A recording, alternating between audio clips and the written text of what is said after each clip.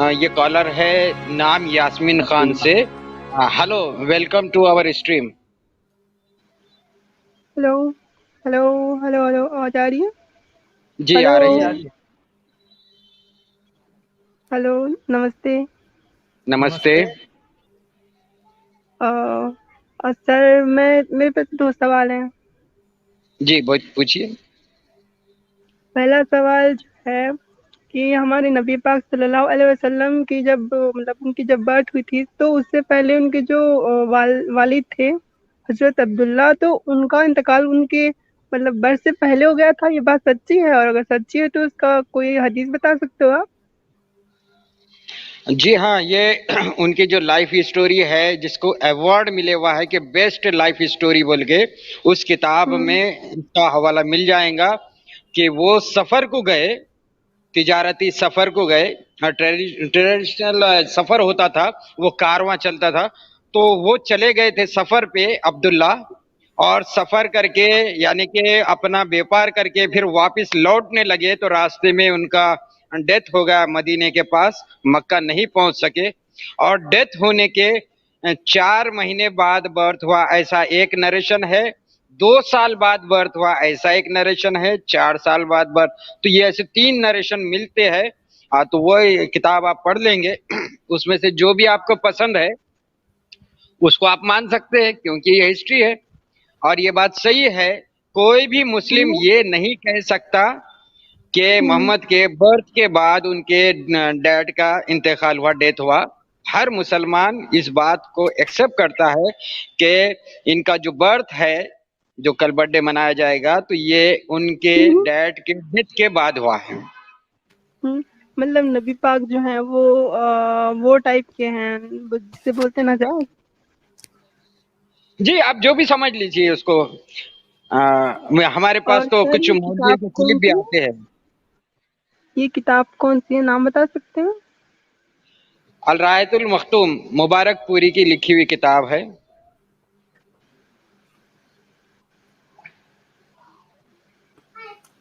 उसमें पूरे हेलो? हदीसों के रेफरेंस मिलेंगे उसको।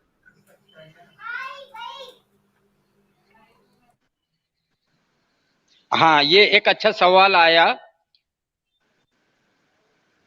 सफर पर कितने मंथ पहले निकले थे, राइट। ये इसके ऊपर कोई चर्चा नहीं करता कि सफर कितने हाँ, दिनों का था, सफर पर कब निकले थे, तिजारत कितने दिन किए, फिर रिटर्न का कितना वक्त गया, ये कोई चर्चा इसके ऊपर नहीं होती है। सिर्फ इतनी होती है कि रिटर्निंग टाइम पर रास्ते में इंतकाल हुआ।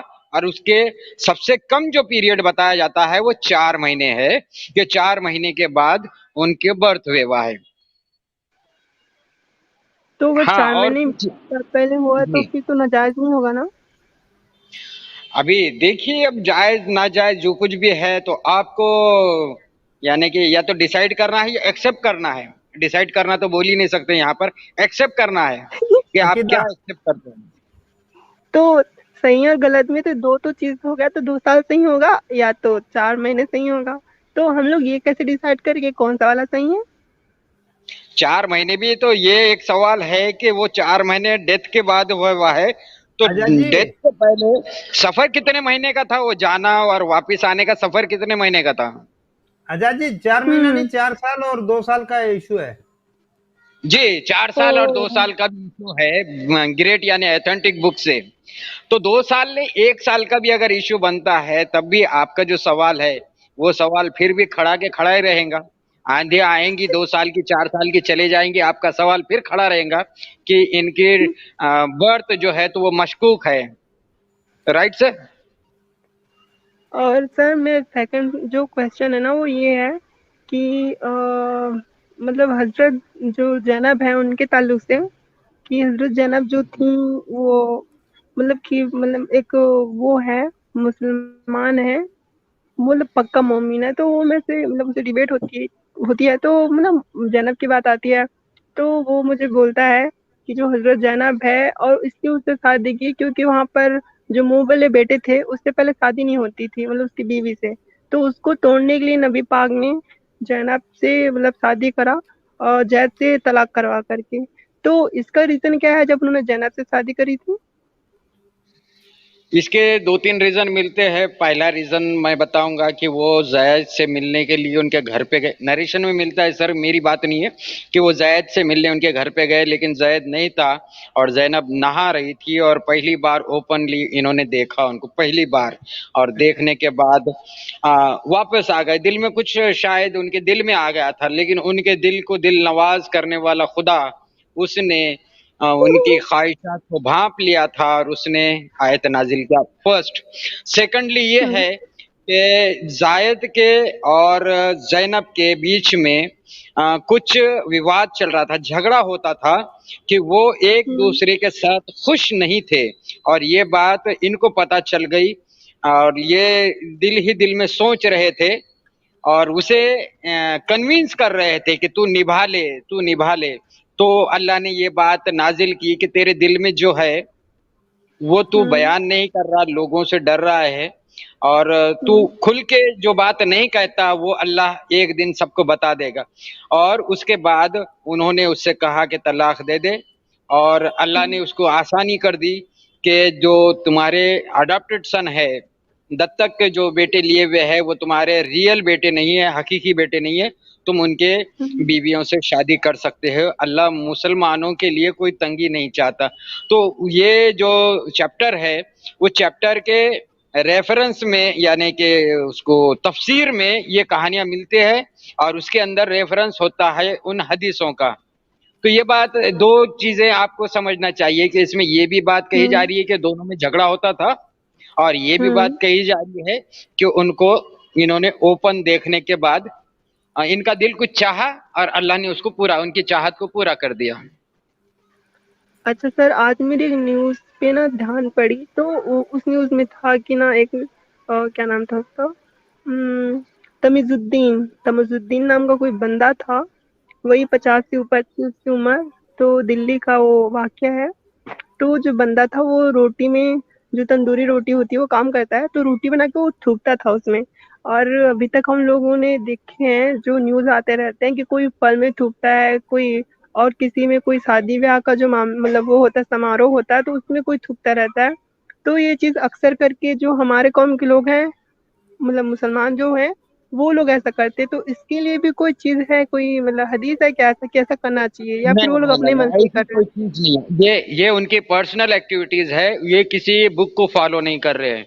अगर कोई पर्सनल एक्टिविटीज कर रहा है, कितनी भी बुरी कर दो, तो वो एक्टिविटीज उसकी पर्सनल होगी, क्योंकि वो किसी किताब को, किसी स्क्रिप्चर को फॉलो करके ये बात नहीं कर रहा है। ये ना किसी आइडियोलॉजी में ये बात हमको आज तक मिली है कि किसी के समारोह में थूक के दीजिए या कुछ डाल के दीजिए, ऐसा नहीं मिलता है इनकी किताबों में। वो जो भी कर रहा है, वो जो गलत काम कर रहा है तो वो अपनी मर्जी से कर रहा है, आइडियोलॉजी में ये गलत काम नहीं है। इससे बड़े बड़े गलत काम है, पर ये नहीं है। हाँ, ऐसा वो तो नहीं है तो जो भी इससे बड़े बड़े काम है गलत, वो लेकिन किताबों में है, लेकिन ये नहीं है किताब में। अच्छा, लेकिन मेरा ऐसा एक है छोटा तो सर का केवल इसी सवाल है, कौम के लोग मेरा ही एक छोटा सर का क्यों सवाल करते है। हेलो, मेरा एक छोटा सर का हैं? सवाल है, क्या आपका चैनल है? है। ओके, आपके चैनल पे आप जो पॉइंट उठाएंगे, हम सिर्फ उस पॉइंट हुँ, पे ही नजर रखेंगे। आप कौन है, क्या है, उससे हमें कोई मतलब नहीं। अगर आप गलत पॉइंट रखेंगे तो लोगों को हम बचाएंगे कि इससे बचो, और अगर आप सही पॉइंट रखेंगे तो हम तो सपोर्ट करते हैं उस पॉइंट का कि सही पॉइंट अवेयरनेस के लिए काम आते हैं। तो आपके पॉइंट्स की हम कदर करेंगे, आप कौन है हम जानने की कोशिश भी नहीं करेंगे। बहुत-बहुत धन्यवाद सर, आपने ऐसा कहा तो मेरे हृदय को बहुत ही संतुष्टि हुई।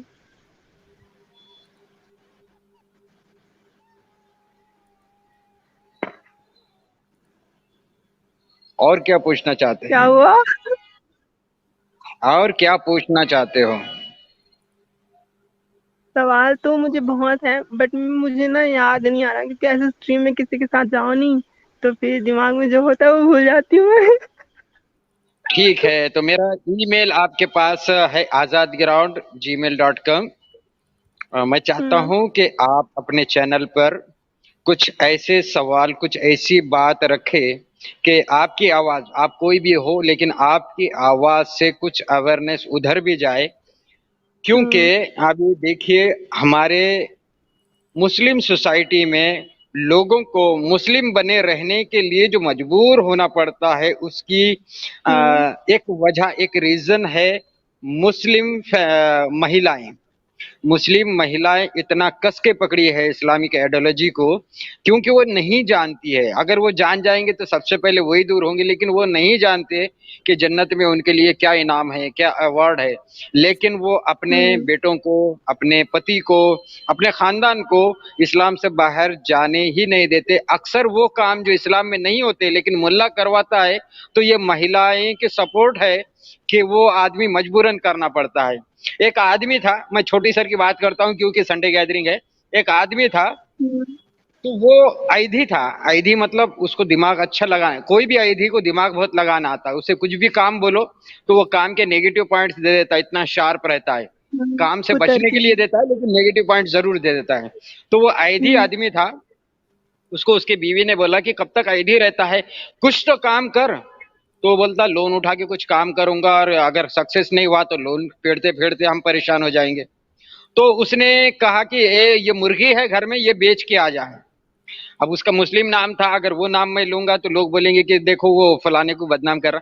तो वो जो भी है, उसने एक मुर्गी दे दी बीवी ने कि मियाँ ये मुर्गी लेके जाओ, कम से कम ये बेच के लाओ, इसके कितने भी पैसे आए तो कोई नुकसान नहीं है। तो वो मुर्गी लेके निकला और बाजार जाने लगा, लेकिन रास्ते में ही मुर्गी उसके हाथ से छूट गई। वो किसी के घर, वो उसके पकड़ने की कोशिश करने लगा, तो रास्ते में कोई एक ठिकाना था, उसमें वो घुस गई मुर्गी।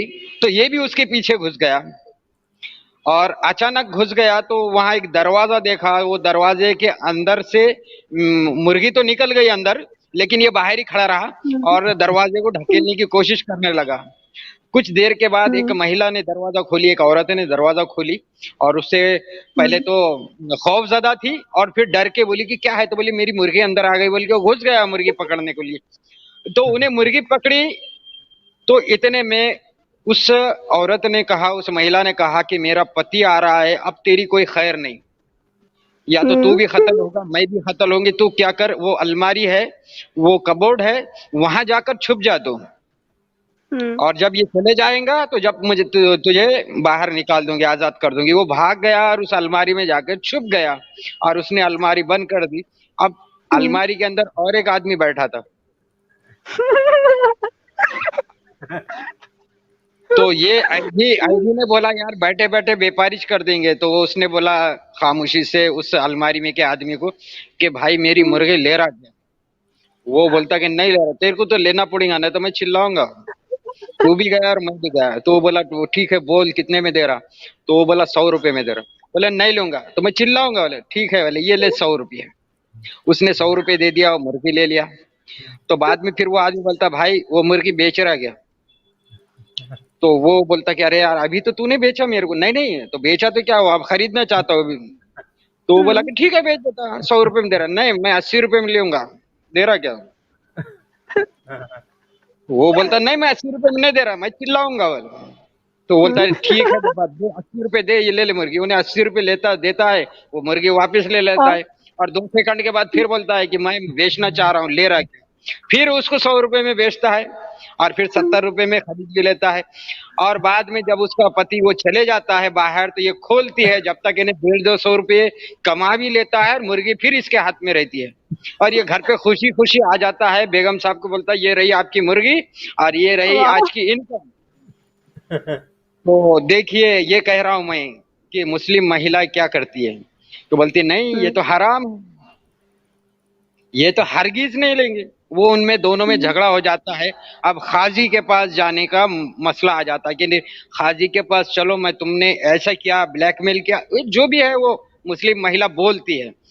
तो खाजी के पास जाते हैं, बैठते हैं। इनका नंबर आने के बाद जैसे ही इनका नंबर आता है, और जब ये खाजी के पास जाते हैं, और जैसे ही खाजी इनको देखता है ये मुर्गी लेके ये खड़े हुआ है, तो जो खाजी है वो भाग जाता है कि बेटा ये आज तो तेरी मुर्गी नहीं लेना है मुझे।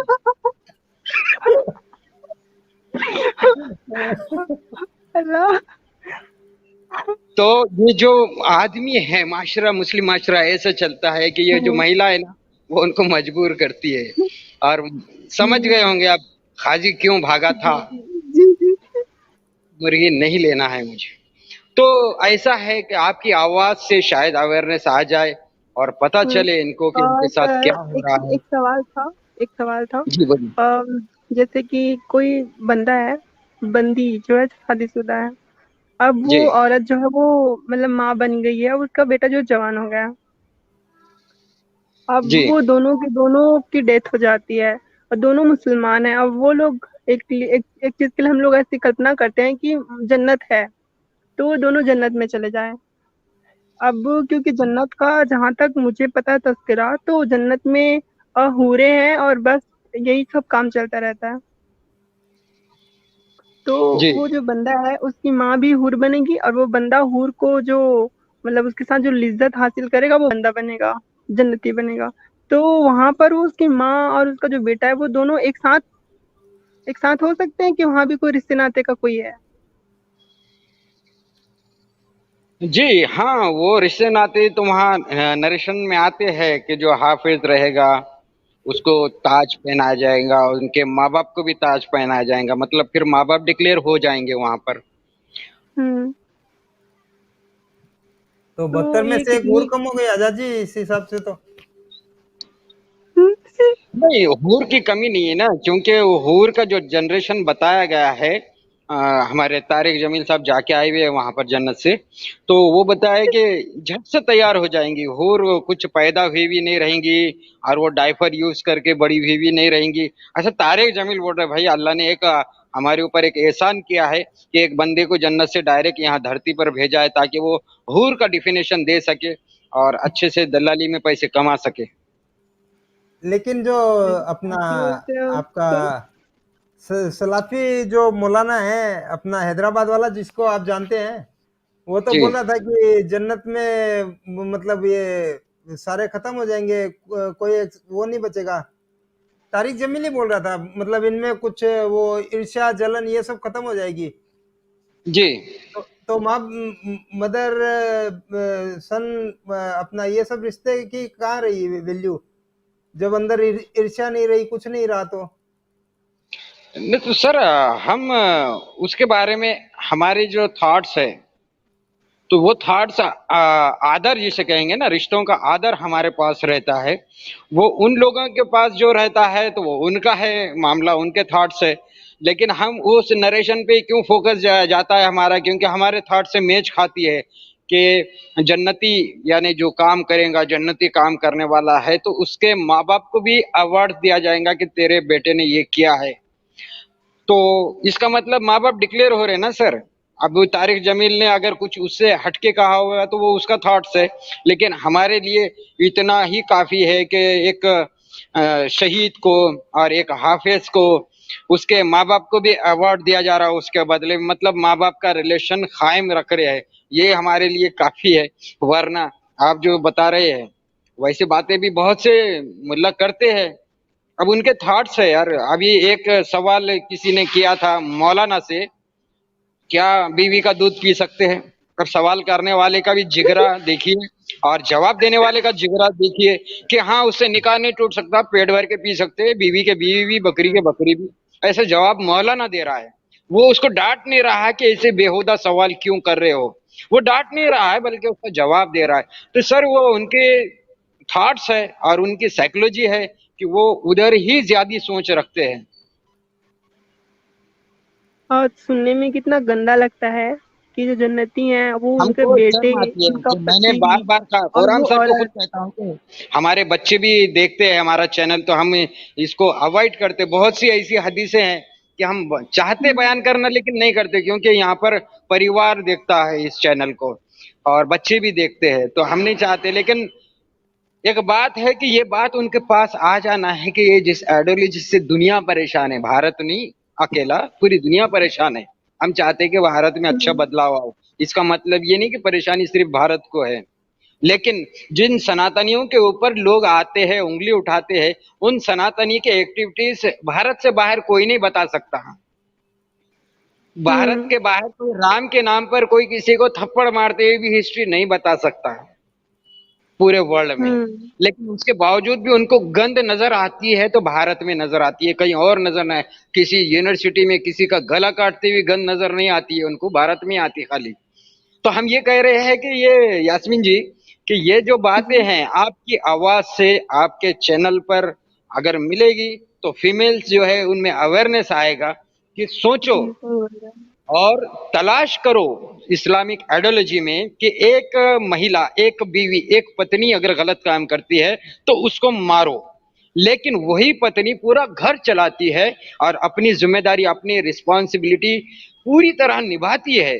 और मर्द कोई गलत काम करता है, हस्बैंड कोई गलत काम करता है, तो बीवी के पास क्या राइट है इस एज पर इस्लामिक आइडियोलॉजी, बीवी को क्या राइट्स मिले हैं और वो कहाँ पर है? कोई राइट नहीं है ना सर। एक हदीस है ना, उसमें है कि हमारे मतलब कि ऐसा था कि अगर आदम के बाद किसी को सजदा करना होता, अल्लाह के बाद किसी को सजदा करना होता, तो फिर वो अपने हस्बैंड को सजदा करती। ऐसा करके कोई हदीस है, मुझे वो याद नहीं आ रहा, अगर आपको पता हो तो।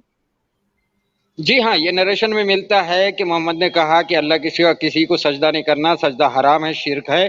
अगर इस्लाम में गैरुल्लाह को सजदा करने की इजाजत होती तो मैं इजाजत देता अपने बीवियों को, यानी कि मुस्लिम बीवियों को, कि अपने अपने शौहर को सजदा करे।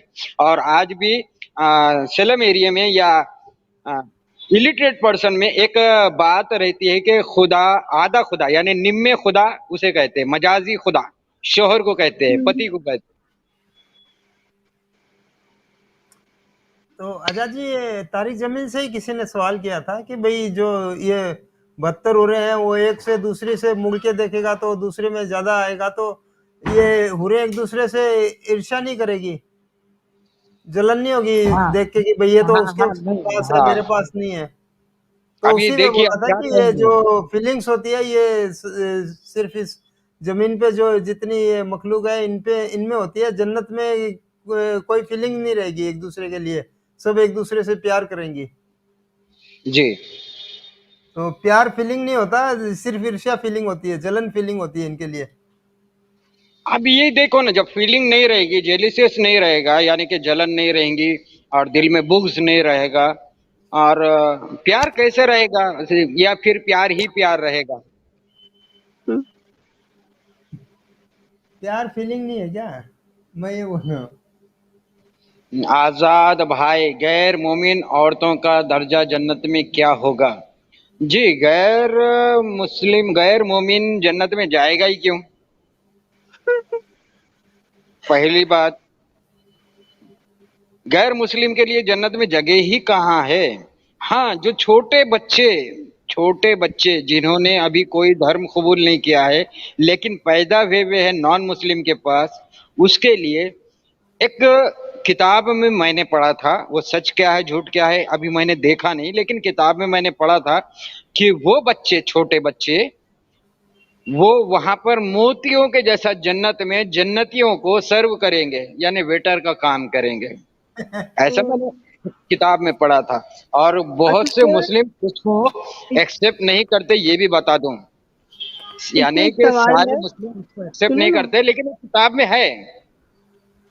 जैसे कि हमारे इधर भारत में आदिवासी इलाके में अभी तक कोई मजहब नहीं गया, ना हिंदू मजहब, ना सिख, ईसाई, यहूदी, कोई नहीं गया है। तो वहाँ के लोग जो है वो बचपन से लेकर बुढ़ापे तक बिना मजहब के जो भी अपने पेड़ पौधे की इबादत करते करते वो लोग मर जाते हैं। तो उनके साथ क्या बनेगी फिर? हाँ, उनके लिए एक बात आती है, जलबी वाली किताबों में मिलती है कि जिसके पास इस्लाम या इस्लाम की तालीमात नहीं गई, उसको अल्लाह ताला एक ब्रिज के ऊपर खड़ा करेगा और कहेगा कूद जाओ। हम्म। तो जो कूद जाएगा वो जन्नत में जाएगा, और जो देखेगा नीचे आग है, ये है, नहीं कूदेगा, वो जहन्नुम में जाएगा। और उसका लॉजिक ये है कि जिन लोगों को दुनिया में अल्लाह के ऑर्डर्स नहीं मिले थे तो उन्होंने ऑर्डर फॉलो नहीं करे थे, लेकिन उसके जो मेंटेलिटी है वो चेक करने के लिए वहां ब्रिज पे लाया जाएगा और उनसे अल्लाह ऑर्डर देगा कि कूद जाओ। जब वो कूद जाएंगे तो इसका मतलब अल्लाह का ऑर्डर फॉलो करने वाले थे ये, तो उनको जन्नत में वाह भेज दिया जाएगा। जो नहीं कूदेंगे वो उनको तंदूरी चिकन और कबाब बनाने के लिए दोजख के आग में झोंक दिया जाएगा। वाह, ये तो मतलब बहुत मतलब अजीब सी बात है कि भाई आप जमीन में थे तो आपने उसको भेजा नहीं और ऊपर में आप पुल पे बिठा करके बोल रहे हो, कूद जा और कूदेगा वो जन्नती जो नहीं कूदेगा फिर, मतलब एकदम बेवकूफों वाली बात नहीं है ये। नहीं ना, बेवकूफी वाली कहाँ है? जब ऑर्डर उन्हें फॉलो कर रहा है तो ऑर्डर, जो अल्लाह का ऑर्डर फॉलो करेगा उसके लिए तो जन्नत है ना।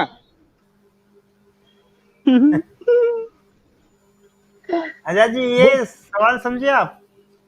ये क्या है? मार्टिन मुतालिया क्या है? पाकिस्तान के साइड इफेक्ट देखने को मिला। मुतालिया पाकिस्तान का साइड इफेक्ट देखने को मिला, नहीं समझा मैं। मुझे भी नहीं समझ में आया। मुतालिबा एक मुता यास्मीन जी से पूछ रहे हैं, मुता पर थोड़ा रोशनी डालें। अभी मुता मुता पे क्या रोशनी क्या डालेंगे? टॉर्च उतनी पिक्सल की नहीं है मेरे पास मुता की रोशनी पे रोशनी डालने। ज्यादा पावरफुल टॉर्च उस पे इमाम, अपोजिट इमाम के पास है, वो अच्छी रोशनी डालते हैं उस पे, बड़ी टॉर्च है उनके पास। Thank you. क्या उनको नाम है इनका? बहुत अच्छा रघुविंदर। लगा। राघवेंद्र थैंक मुच्छल। यू जी। सचवाला सर का आशीर्वाद आपके साथ। कौन है भाई कॉल पे? नेक्स्ट कॉलर को ले लो भाई। जी, हम कॉलर को लेने से पहले हाँ, ये कह रहे थे कि बहुत से व्यूअर्स को ये परेशानी थी कि हमारा यास्मीन खान के साथ क्या मामला है, तो ये क्लियर कराने के लिए मैंने, जब वो आए कॉलर बन के, तो मैंने बुला लिया। और मैंने बहुत बार कहा है, जब मैं कुछ बात सुन चुका था तो बहुत बार कहा है कि मैं उस पर्दे के पीछे की जो हस्ती है, शख्सियत है, उसके बारे में कुछ ना कहना चाहता हूँ ना जानना चाहता हूँ, लेकिन उनके माइक पे जो पॉइंट्स उठाए गए हैं मैं उनकी कदर करता हूँ और उसको अच्छे तरीके से एनालाइज करने का रिक्वेस्ट करता हूँ कि उन्होंने जो पॉइंट्स उठाए वो सही है, और वो जो जिसने उठाए हैं उनका पर्सनल लाइफ में कोई मतलब नहीं। तो थैंक यू यास्मीन खान, आप बने रहिए, लेकिन मैं मेरा अपना साइड क्लियर कर चुका हूँ आपके पास।